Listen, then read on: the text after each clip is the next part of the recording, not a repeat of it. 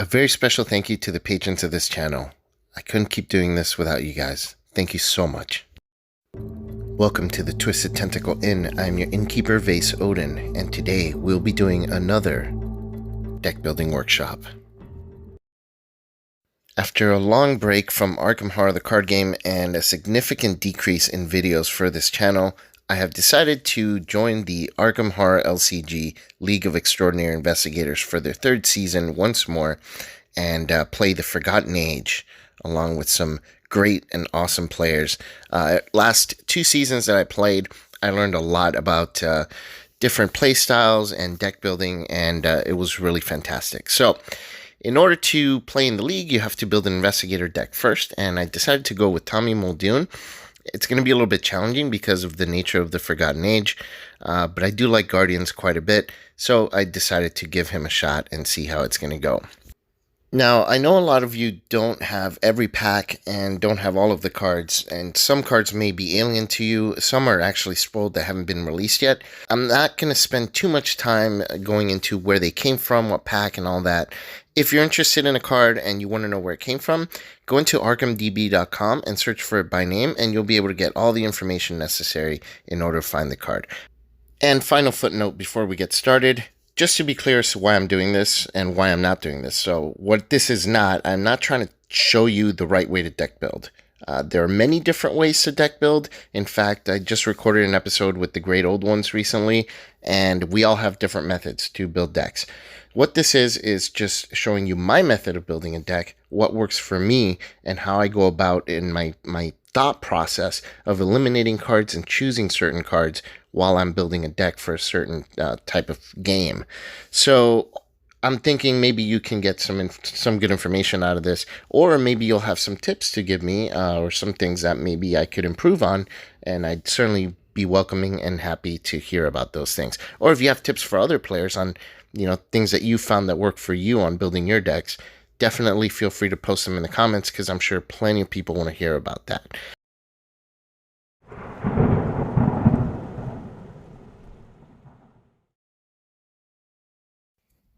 So as I mentioned earlier, I decided to go with Tommy Muldoon because I do like Guardians, and I also like the Survivor card pool, so I wanted to play a Guardian with some Survivor card access. The other option was going to be William, but I recently played William with Nate from Lost in Time and Space on a live game, so this time around it's going to be Tommy. So basically, when building the deck, first thing that I need to know is the investigator's ability. I also need to know if it's going to be a solo deck or if it's going to be meant for multiplayer. In this case, it's going to be a solo deck, so I have to be able to pick up clues and kill enemies, or at least deal with enemies, whether it's evading or killing them. So two most important things in order to be successful in most scenarios. Once I know if I'm playing solo or multiplayer, the next thing that I do is I look at my investigator and kind of analyze the entire investigator and their abilities as well as their stats. In this case, Tommy Muldoon has a 3 in willpower and intellect, so he has a good defensive stat. He's decent at investigating, and he's got a 4 in combat, which is pretty good, a 2 in evade. Generally, I look at the stats and I see if there's a stat that's a priority that needs to be shored up with additional cards, or if it's one that we can just let go on the wayside and not bother dealing with trying to pass any tests that involve that stat. In this case, agility is his lowest stat. With the other stats being decent, I think I can afford to let agility go. So I'm not looking to have any cards that will help me with agility tests.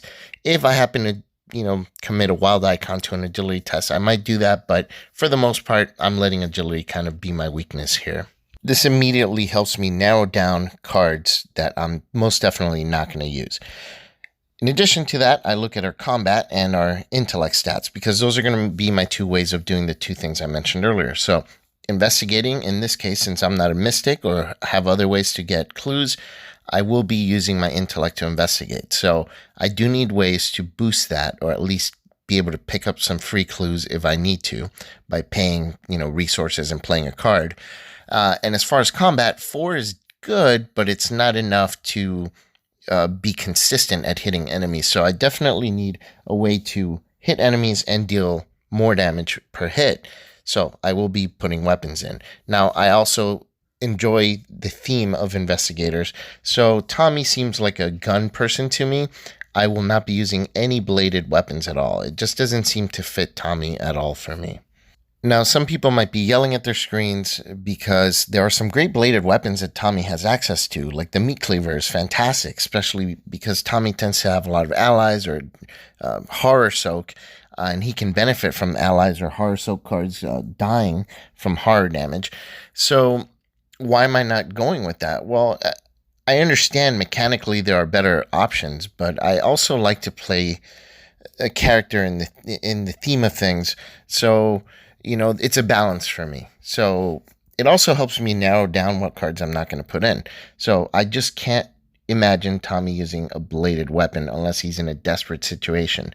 So I'm just giving him guns, and that also helps me eliminate a bunch of cards from the card pool that he has access to. Now, next thing I do, I look at his health and sanity.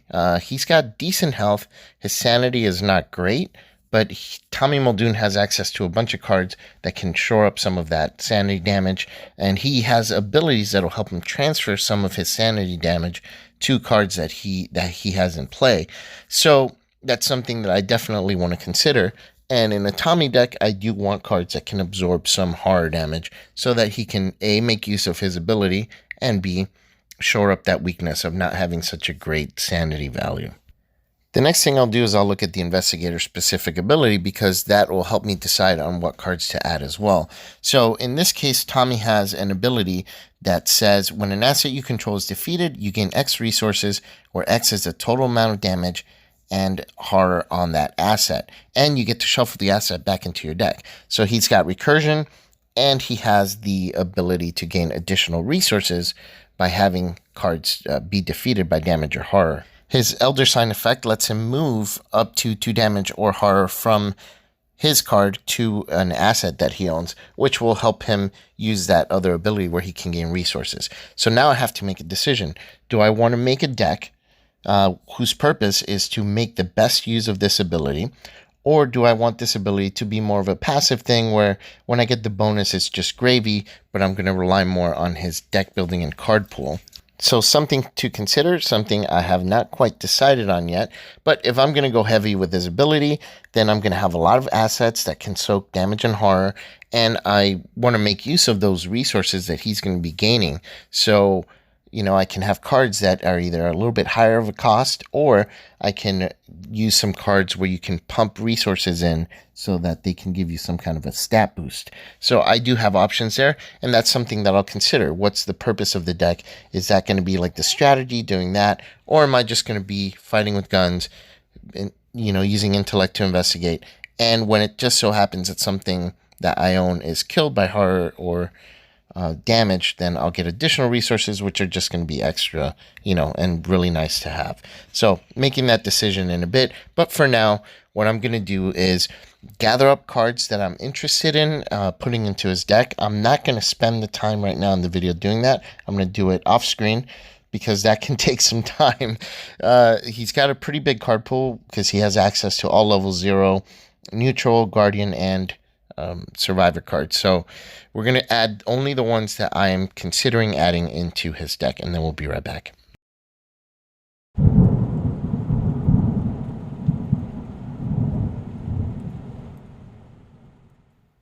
All right, so I've added a ton of cards. Right now, this deck has 101 cards total, so we have some cutting down to do.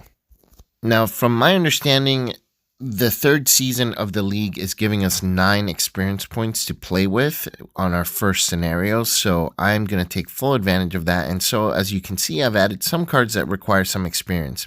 Now, just to give you an insight into how I went about adding the cards that I added here, I just go through the deck list and find cards that I think could be useful, and I just add them in, and then I'll decide on them later. But if they sound interesting to me in this deck, I'll just throw them in there. So some weapons that I think Tommy would definitely benefit from: the 35 Winchester, the 45 Thompson, 32 Colt, the 45 automatic. I thought flashlights would be useful in him. So I just throw them in there, and then I'm going to kind of narrow them down as I'm analyzing in my head and figuring out which things I don't need as much as others, and so on and so forth. So when I cut down my decks, initially I'll start by cutting down the assets, and things to consider when doing that are cost, as well as which slots these assets take up. You definitely don't want 8 allies in your deck when you only have 1 ally slot. So that's something extremely important to consider. You also don't want a bunch of cards that are costs of 6, because that can be prohibitive when you're playing the game. You'll have a bunch of cards in your hand that you just can't play.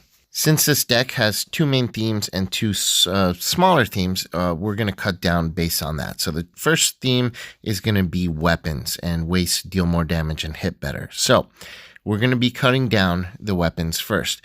What I need to consider here are, like I said, slots and cost. So I have flashlights, which are going to take up hand slots. Also, Tommy's main asset, or his signature asset, is a 2-handed weapon. So that's also something I need to consider, is if I need 2 flashlights. So we'll get to that later. But as far as the guns, I have the 32 Colt here, which is a 3-cost gun. So it's a lower cost. It has a lot of ammo. That's 6 ammo.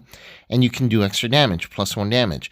So definitely a good weapon, but it doesn't give me a boost to hit. Whereas the 45 automatic gets me a +1 to hit and a +1 damage. It is a little bit more expensive at 4 resources and has less ammunition, so I need to decide. Now the 45 Thompson gives me a +2 to hit and +1 to damage, but it costs 6. It does have 5 ammo, so that's really good, but that 6 is extremely expensive. And the 35 Winchester gets you a +2 to hit, but you only get a bonus to damage if you get certain pulls from the Chaos Bag, which is a little too random for my taste. It is a very low cost at 4, considering it has 5 ammo and a +2 to hit. But right now, I think for a 2-handed weapon, that's going to be too much to ask for, is having such a random amount of damage come out of it. The main purpose for having a weapon in this deck is going to be to do extra damage, not to get extra hits. Becky is my signature weapon. That's a 2-cost weapon, and it gets me a +2 to hit and +1 damage. It has very few ammo, but I can use Tommy Muldoon's ability to gain resources and add them as ammo as well. So that's something that is going to be very handy. If I draw Becky in an opening hand, I will be playing it right away. And because I have some XP that I can play around with, I am considering the Mark I grenades, because they cost 3 resources. They have 3 ammo. They give you a +2 to your attack, and they do 2 damage to each enemy at your location, which is really nice. And it's a lot less expensive than a dynamite blast that costs 5 and does a similar thing. This is very nice, and it doesn't hit you if you attack creatures that are at your same location. So something to consider there as well. And I love that it doesn't take up any hand slots, because again, Becky does take 2 hands, and if I have a flashlight and a gun, it'd be nice to also have that option to deal a lot of damage to enemies. And the other thing is this flashlight. It does take a hand slot, but I do need to be able to investigate. So this presents another problem. I do need to consider removing one, and I probably will end up removing one, because I don't want to be left with something I can't use. I have to have weapons in hand. As the scenarios start to develop, it's important to be able to deal with enemies, because if you can't, you're going to lose pretty quickly. So, it's a balancing act here. Now, 35 Winchester, I'm getting rid of immediately, because I definitely don't need that. This one I'm getting rid of because it costs too much. So, and they both take up 2 hands. So that's not going to fly, because I'll need the flashlight in play. And if you're curious as to how many weapons I'm shooting for, I shoot for 6, generally 6 weapons, because you're almost, by statistics, guaranteed to almost, always have 1 in your opening hand if you mulligan. But I also added prepared for the worst. So I count that as a weapon, because if I don't draw a weapon in my opening hand, I'm probably going to have at least that card, and I can search more than a third of my deck for a weapon. So I think I'm good there. Between the grenades, the 32 Colt, the 45 automatic, and Becky, it might still be too much though. So let's reduce this by 1. We only need 1 prepared for the worst. And then I think the grenades, we don't need 2 of them, and they're very expensive as far as experience points. I'd like to have other things in there that are a little bit higher experience as well. So we're down to 5, 6, 7. So I can still afford to drop one weapon if I need to. And in this case, it's going to be between the Colts and the automatic. But what I usually do is I'll let the thought simmer for a minute and then I'll come back to that. So for the next step, I'm going to look into the other assets, damage, soak, and healing. I combine those two categories because they kind of do the same thing. The Survivor card pool has some really good damage soak in the Cherished Keepsake and the Leather Coat. They can absorb sanity or damage, and they're zero cost assets. The cool thing is in Tommy, these can also equal 2 extra resources whenever those go away or get defeated by damage or horror. There's also this new card that I really like, Spiritual Resolve. It's Myriad traded, which means you can have 3 copies in your deck, and you only pay once for the experience cost. So the have a 5 experience cost on there, but you only pay it once. So I don't have to pay 15 experience to have 3 copies. I can pay 5 experience points and have all 3 in my deck. What's great about this card is that it only costs 3 resources and it absorbs 3 damage and 3 horror, which is amazing. And in a Tommy deck, that's potentially 6 resources that he can gain once that card goes away. The best part is they take up the arcane slot, which you have 2 of, so I can have 2 of these in play at a cost of 3 each and absorb 6 health and 6 sanity, and each one, when they're defeated, gets shuffled back in my deck and can give me 6 resources. Plus, I can always heal them by discarding another copy of it. I think this is a definite keeper. I think I want to keep all 3 in my deck. There's also 2 Guardian cards that will absorb damage and horror as well. There's one called something, not physical training, Something Worth Fighting For, which absorbs 3 horror, and you can, absorb horror from party members. And there's one called True Grit, which will let you absorb damage in pretty much the same way. They're both good cards, but they're kind of pricey at 3 resources. If they die or if they're removed by damage or horror, Tommy gets 3 resources back. So they only pay for each other, for themselves, whereas the Leather Coat and the Cherished Keepsake cost 0 to play and they net you 2 resources. And Spiritual Resolve, which costs 3 to play, not only is it more versatile because it can absorb both damage and horror, but it also doubles your resource investment into it. So we're going to get rid of these right away. We don't need so much damage and horror soak. We have way too much of it. So those are clearly not the better options. All right, so Spiritual Resolve is, I think, a winner here. And because I have 3 copies, I really don't think I need so many Leather Coats and Cherished Keepsakes. Not to mention, I like the Hollowed Mirror for the healing aspect in case I take direct damage or horror, whereas the Cherished Keepsake is competing for that accessory slot. Spiritual Resolve is great. It's more versatile. I just need 1 card and I can absorb both damage and horror, and that's my thought process on this one. Whereas if I pull a hand and I only get the Leather Coat, but I happen to start taking horror damage, where's my Cherished Keepsake? Whereas Spiritual Resolve, I have both bases covered. Anyway, so for allies, I have Beat Cop, which is great because it gives me an extra combat, which I definitely need. The Guard Dog is nice because it deals damage for free if I take a hit, and once it dies, I reshuffle it to my deck because of Tommy's ability, and it'll net me some resources back. So definitely one that I'm considering. For Survivor allies, I have Jessica Hyde, which will cost some experience, but she also gives me a combat boost, and she can keep healing damage from herself, as well as Peter Silvestri, which is similar to Jessica Hyde, only he keeps healing horror from himself, and he'll give me an agility boost, which I don't really need. I'm considering Tetsuo Mori because if he dies, he lets me search for an item, which would be nice, but I think I don't really need it. And Jessica Hyde, and she costs experience points, so I'm going to just get rid of her. And Peter Silvestri as well. They were a nice idea, but I think they're too much, and I think the B-Cop is a better choice. So I'll get rid of those 3. Keep the B-Cop and the Guard Dog for now, and I might trim one of those soon because they are competing for ally slots as well. All right, what's up next?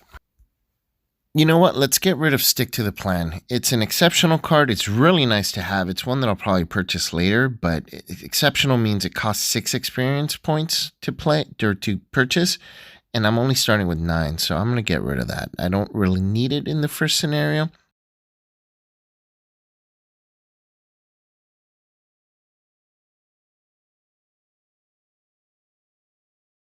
So I have a lot of that between the allies and the spiritual resolve and all that stuff. The cherished keepsake, which again, just to recap, will net me 2 resources when it goes away. So will leather coat. But I have a bunch of events here that'll get me resources as well. So I've had wars will help me absorb some damage and net me resources. I also have a couple of additional ones like Act of Desperation, which is a survivor card.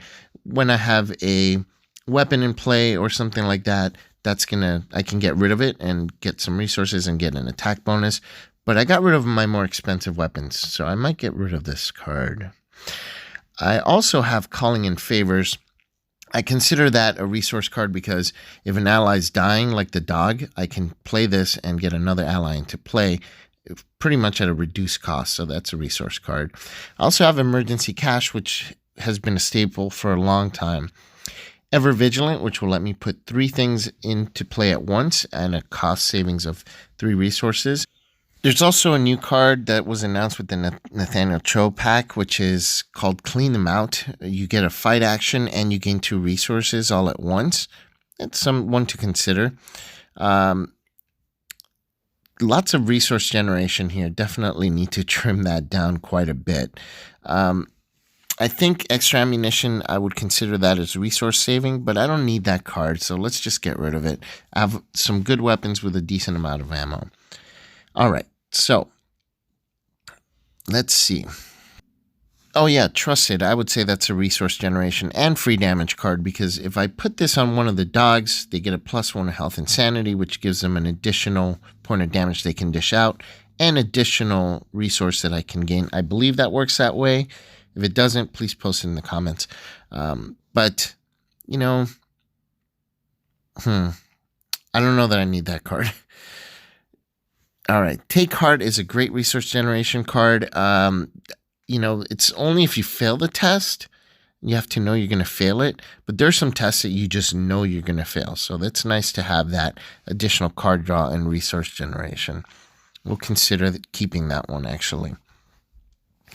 All right, let's go through these here. I thought I had a few more resource generation cards. Oh, yeah, that's right. A chance encounter. That's another resource generation card. Kind of in a way. Not really, but it kind of is because it lets you put an ally into play for basically the cost of 1 resource. And you can put an ally into play for 1 round.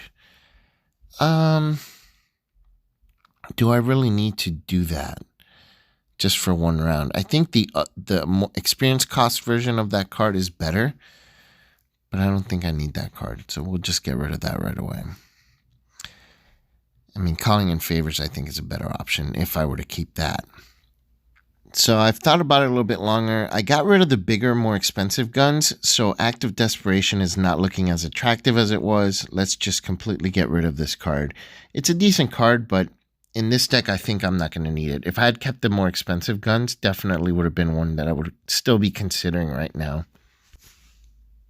All right, I think since I got rid of Stick to the Plan, Ever Vigilant is not going to be as appealing. It's a great resource generation and tempo card, but it's better if you know that you have it, especially the first round of the game when you're trying to set up your board. So I'm going to get rid of it because you get it later on. It's not going to be as handy or useful. And let's get rid of Emergency Cash. It has no skill icons, so if I don't need the resources, it's a dead card in my hand. Totally getting rid of that. That's the other thing. I want to consider what skill icons are on each card as well. That's actually really important. Calling in Favors I'm going to get rid of because I have so few allies left. I don't think I really need that card right now. Let's go back to the damage soak real quick. I think I still have too much damage soak and healing right now between the Hollowed Mirror, the Keepsake, Spiritual Resolve. 3 copies of Spiritual Resolve is really nice just on its own, to be honest, because it absorbs so much. And because they're not allies, there's less cards in the encounter deck that are going to target it. And it's, again, more versatile. Even though the Keepsake costs 0 and the Leather Coat costs 0, and they can net me 2 resources, I think Tempo-wise, it would take me 2 actions to play a leather coat and a keepsake, assuming I have them both in my hand, whereas Spiritual Resolve takes 1 action to play, and it'll do more damage and more horror than both of those cards combined.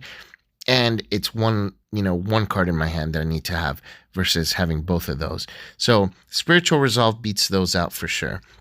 Emergency Aid costs 2. I'm trying to reduce the cost of the deck, so let's get rid of that. Same with Second Wind. I don't need so much healing. Hollowed Mirror is a better option. It takes 1 less card slot in my deck. So pretty much going to get rid of the healing cards because I don't really need them as much.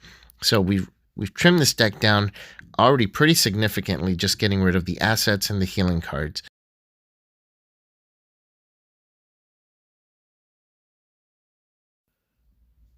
Because I'm relying on firearms, they all have limited uses, unlike bladed weapons, which have unlimited uses usually. So I did add some cards that will help me in combat, specifically enemies that are going to only require like 1 point of damage and that kind of stuff. But I still need a way to boost my combat value beyond skill cards.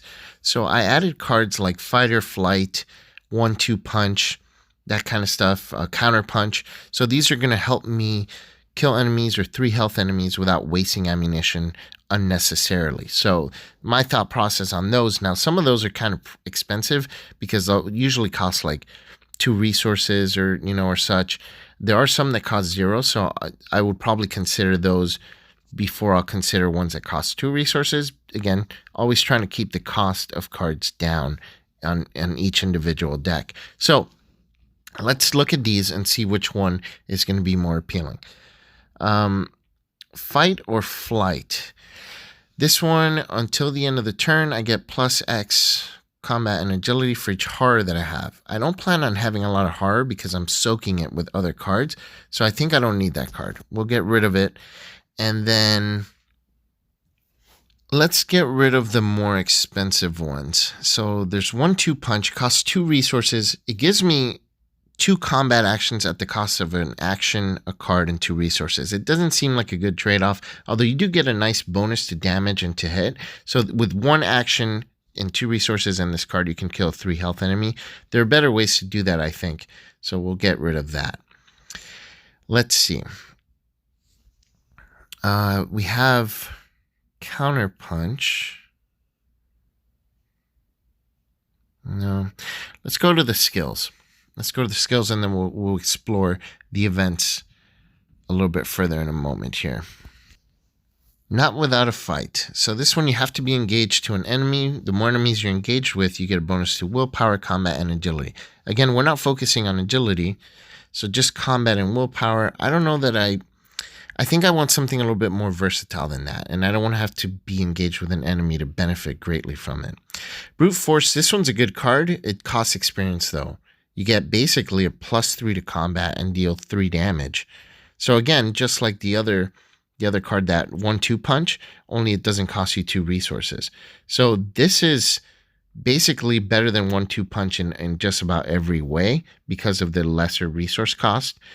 And you don't have to do 2 tests in order to fight. So it's a good one, but I think with the experience cost, it's a little prohibitive right now. I'll think about getting that card later though.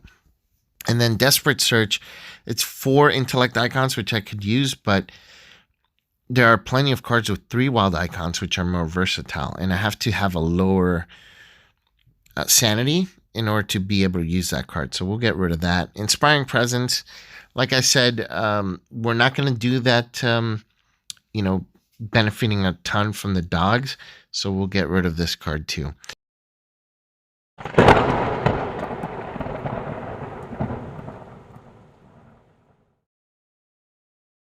So, Rise to the Occasion. Okay, so here's one card that I really highly considered adding to my deck. It gives you 3 wild icons, but you have to commit it to a skill test if the difficulty is too higher than your base skill value. So basically, this puts you 1 above the skill test, which means you'll need another skill card to commit if you want to have any chance of succeeding the test. Now, there are ways around it, like if you're using a gun, then you get a +1 to your skill value, so that doesn't count against the committing of this card. So there's ways around that. But what I wanted to focus on here is Tommy's stat line. Tommy has a willpower of 3. He also has an intellect of 3 and a combat of 4. What that means is most enemies that you fight are not going to have a 6 combat or higher. So this card is not going to be useful in combats. If you're investigating, most places are not going to have a shroud of 5 or more. Generally, the highest shroud you're going to encounter is a 4. There are 5s out there, but it's very rare. And then willpower tests usually are 3 or 4. It's, again, extremely rare to have a willpower test of 5. So with Tommy's stat line of having a 3 in intellect, willpower, and a 4 in combat, it makes this card kind of useless in a Tommy deck because his stats are decent. This card would only benefit him with agility tests, which is not something that we decided to focus on. We're going to let agility tests kind of fail if they need to. So let's get rid of this card. All right, continuing with the skill cards, Unexpected Courage is one that used to be a staple in almost every single deck that I made when the game was first released. Not so much anymore. I mean, it's still a great card, don't get me wrong. But there are cards now that give you 3 wild icons and aren't as restrictive as they used to be when they gave you 3 wild icons. Perception is too restrictive. This one has just 2 intellect, which, I considered only because I need the intellect boost, but I'd rather have wild icons. So we'll get rid of both of those. And I think skill cards, I want to shoot for maybe 7 or 8. Usually that's what I shoot for in a deck. Maybe 6 sometimes, but I think I'm going to do 7 or 8. And then I also have cards like Evidence that have 2 intellect icons that I can commit if I need to. And it has that extra benefit of giving me a free clue if I need it. Plus, here's another card I wanted to show you is Glimmer of Hope. This one's an awesome card. Myriad, so you can have 3 in your deck. And it's a little deceptive because it shows when you're looking at your graph that it costs 1 resource, but really, this is actually a skill card. It's a wild icon skill card, and you can commit 1, 2, or 3 to a test if you have them in your hand. And then after you commit it, then you can pay a resource and bring it back to your hand and then commit them again. So basically, let's say you have 2 Glimmer of Hopes in your hand, you can commit them kind of like an Unexpected Courage, and then pay 1 resource and they both come back to your hand, and then you have another Unexpected Courage basically back in your hand. So in a way, I'm counting Glimmer of Hope as if I was having 2 or 3 skill cards in my hand here, or in my deck. So because of just this 1 card, and again, because you have 3 copies, it makes it more likely for you to get it.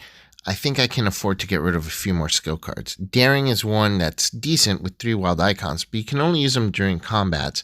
So we'll get rid of 1. I like that it lets you still draw a card when you play it, so we'll keep that. Take Heart is nice, but I don't want to have 2 failed skill tests in a game, so we'll reduce it to 1 copy.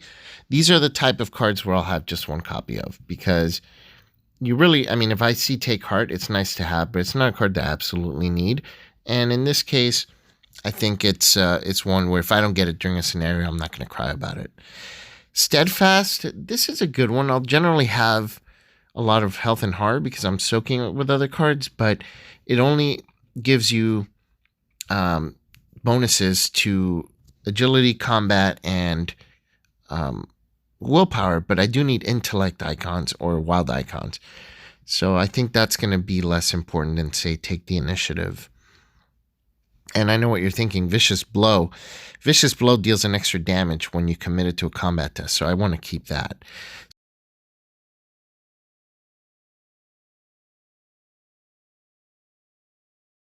So now that I've gotten rid of a lot of the resource generating cards, I don't think that I need physical training. I'm going to move away from the strategy of being able to hoard resources and pump them into skill tests with physical training. I may still explore that a little bit, but if I do, I'll probably purchase Keen Eye, which is a permanent card. And then it can boost your intellect and combat values, which is what I'm focusing on here with Tommy. So I think that would be a better option in the future. So we'll get rid of physical training and look at Keen Eye in the future when we have some experience to spend. Next, I wanted to go back to my hand slots. I have way too many cards that take up hand slots, including my signature card of Becky that takes both hand slots, and then I have 2 flashlights, 2 Colts, and 2 automatics. That is too much, and something that I generally keep an eye out for, which is partially why I got the grenades as well in there. So I want to keep the grenades. Let's go ahead and decide here. The Colt is a lower cost and has more ammo, but with Tommy's 4 in combat, I do need that combat boost of +1. So we'll lose 132 Colt. Yeah, because the +1 to combat is definitely going to be beneficial. So we're going to go down to 1 Colt, and then I think with the free clue cards like Evidence, Scene of the Crime, and Look What I Found, plus a lot of skill cards such as Glimmer of Hope, I think I have enough ways to pick up clues that I can afford to lose 1 flashlight. In other words, it's a nice card to have in an opening hand, but if I never get a flashlight in a scenario, it's not going to be a huge deal. So I think having 1 in the deck is one of those nice to have. And when it's something like that, that's nice to have, 1 copy will usually suffice. So we'll go down to 1 copy, and that'll reduce the number of cards that take up hand slots significantly. I think I'm happy with that number right there. Next, we have too many cards that take up ally slots. If I was thinking of purchasing Charisma later on, that might be something I would keep, but I don't think so. I need the combat boost, so the B-Cop has got to stay. It's nice to do free damage with the guard dog, but since I got rid of Inspiring Presence and Trusted, I think the dogs can go. So we'll go ahead and get rid of the dogs. And that way, we're not overwhelmed with cards that take up ally slots either. So, plus they're kind of expensive at a 3 cost. All right, we just have to get rid of 5 more cards, but we have too much experience points. We need to drop down to 9 experience points. So the first cards that I'm going to look at dropping are going to be ones that cost XP. I want to keep the grenades, and I want to keep Spiritual Resolve, so that basically leaves I've Had Worse. And I believe that is just enough to get me down to 9 experience points. So I've Had Worse, even though it's nice to have some damage mitigation, Tommy doesn't really need it. Resources, again, it's nice to have without having to use an action. Tommy doesn't really need it as much. So it's something I'll look at when I have more experience points, but for now, don't think I need those. So we're down to the experience points we need, and we just need to get rid of 3 more cards. The one I've been eyeing is Evidence. Evidence is kind of situational. In order to pick up the free clue, you have to have an enemy at your location and kill it. It is nice that it has 2 intellect icons, so I do like that. It is definitely beneficial to commit it. But I'm also looking at Lucky, and Lucky is basically like getting those 2 intellect icons, only you don't have to waste the card on a test that you might fail. Lucky works, basically after you've taken the test. So I think I can afford to get rid of Evidence, at least 1 copy. Lucky is definitely one that I would compare as far as the usefulness for it. So we'll drop Evidence to 1 copy. Now we just got to get rid of 2 more cards, and we'll have a deck to play with. So what I'm doing is I'm looking at the more expensive cards. Look What I Found costs 2, but it has 2 intellect icons, which again is really nice. And Scene of the Crime also costs 2, but it doesn't have 2 intellect icons. And it basically does the same thing, only Look What I Found, you can try the test, and then if you fail, then you can play the card and waste your resources. So in a way, you can still try that test first and not have to waste a card unnecessarily if you were going to pass. So I think it's a better option than Scene of the Crime. But I still need ways to get clues, so I'm going to keep 1 copy of Scene of the Crime just in case. Again, it's always nice to be able to pick up free clues. All right, clean them out. That gets me resources and a fight. Counterpunch. Someone attacks you, you can fight them back. Basically, it doesn't take an action to hit for 1 damage. Nice to have. I think this is the one. I think this is the one we're just going to get rid of 1 copy and just keep 1 copy in there. And that puts us at 30 cards with 9 experience. We have a deck, ladies and gentlemen. We have a deck made for the League of Extraordinary Investigators. But this isn't the end, because what I do, I like to test play my decks just to make sure that they're going to work. The first step to test playing is I actually go in and pull from ArkhamDB has an option where you can draw 5 cards, and I want to see what the I pull it a few times to see what the opening hand is going to look like.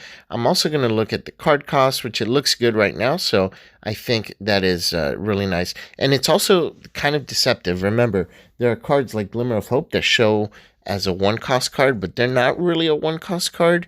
There's also cards that you're not going to use twice.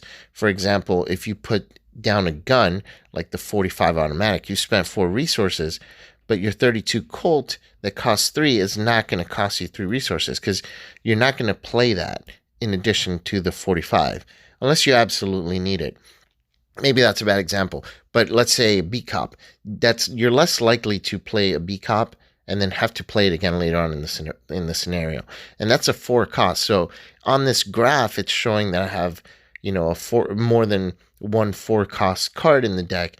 But really, that B-Cop really should drop by 1 because I'm not necessarily going to play 2 B-Cops in one game. So keep that in mind when you're looking at the graphs in ArkhamDB. It can be a little bit deceptive in regards to the cost of a particular card. Plus, in certain decks, like in a Tommy deck, these cards that cost you some resources do give them back to you when they're defeated. So that's another thing to consider when looking into the cost of your deck. Now, this graph I do like to look at the card skill icons basically and the asset slots. The asset slots look really good. You don't want to have too many in one particular slot. The card skill icons, a lot of wild icons, which is exactly what I was looking for. Gives me more versatility.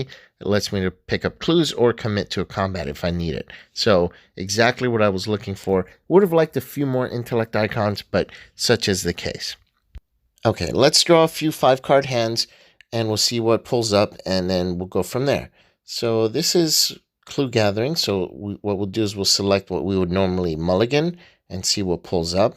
So we'll mulligan those, keep Spiritual Resolve and the Scene of the Crime. And we get this very similar hand. So we'll reset it. We'll draw another 5-card hand. We got a gun. We got a clue. We got a couple skill icons. This is a perfect starting hand right there. And the Spiritual Resolve for Soak. And this one, too many guns in my opening hand, so we'll get rid of the guns. But otherwise, a pretty perfect opening hand yet again. And again, keep an eye out for the resource costs of your cards in your opening hand. You don't want to have like 4 or 2 4 resource cost cards because you're not going to be able to play them on your first opening hand. So always keep that in mind when you're drawing your cards here. Make sure that you're keeping or seeing that the cost is low actually for what you're looking to play. So this looks good so far. Getting weapons and getting a clue and getting skill cards. This is exactly what I've been looking for in regards to the results of this deck. So far so good. So now step 2 of the playtest, we're actually going to take this deck for a spin, and I'm going to record that video tomorrow. I'm trying to get this TTS, as they call it, Tabletop Simulator, and since I'm older than 300, it's very hard for me to adapt to technology. So I'm trying to learn it, man, and I've played a few games with Nate, trying to learn it, and there's still some kinks that I need to work out. So I think tomorrow when I do record, I will be using live cards and proxying some of the cards that I don't own because they're not released yet. But just to kind of see how the deck does in the Forgotten Age in the first scenario, because I want to make sure that I catch things that I maybe didn't catch while building the deck, some weaknesses or things that I didn't think about. So in this case, I actually get to play test because I know what scenario I'll be playing with this deck, which is the Untamed Wilds in the Forgotten Age. So it actually helps me to really shore up any weaknesses or any glaring areas where I'll need to change some cards out or maybe have too many for one particular type of purpose, like resource generation, soak, weapons, whatever. So I'm going to play test it, record it, and I'll post it for you guys tomorrow. And we'll see how the deck does. If you have any questions or comments or any suggestions, please let me know in the comments down there. And thanks for watching. Stay safe out there, guys. Things are crazy right now in the world. This is your Innkeeper Vase Odin at the Twisted Tentacle Inn. Check in anytime. I'll talk to you guys then.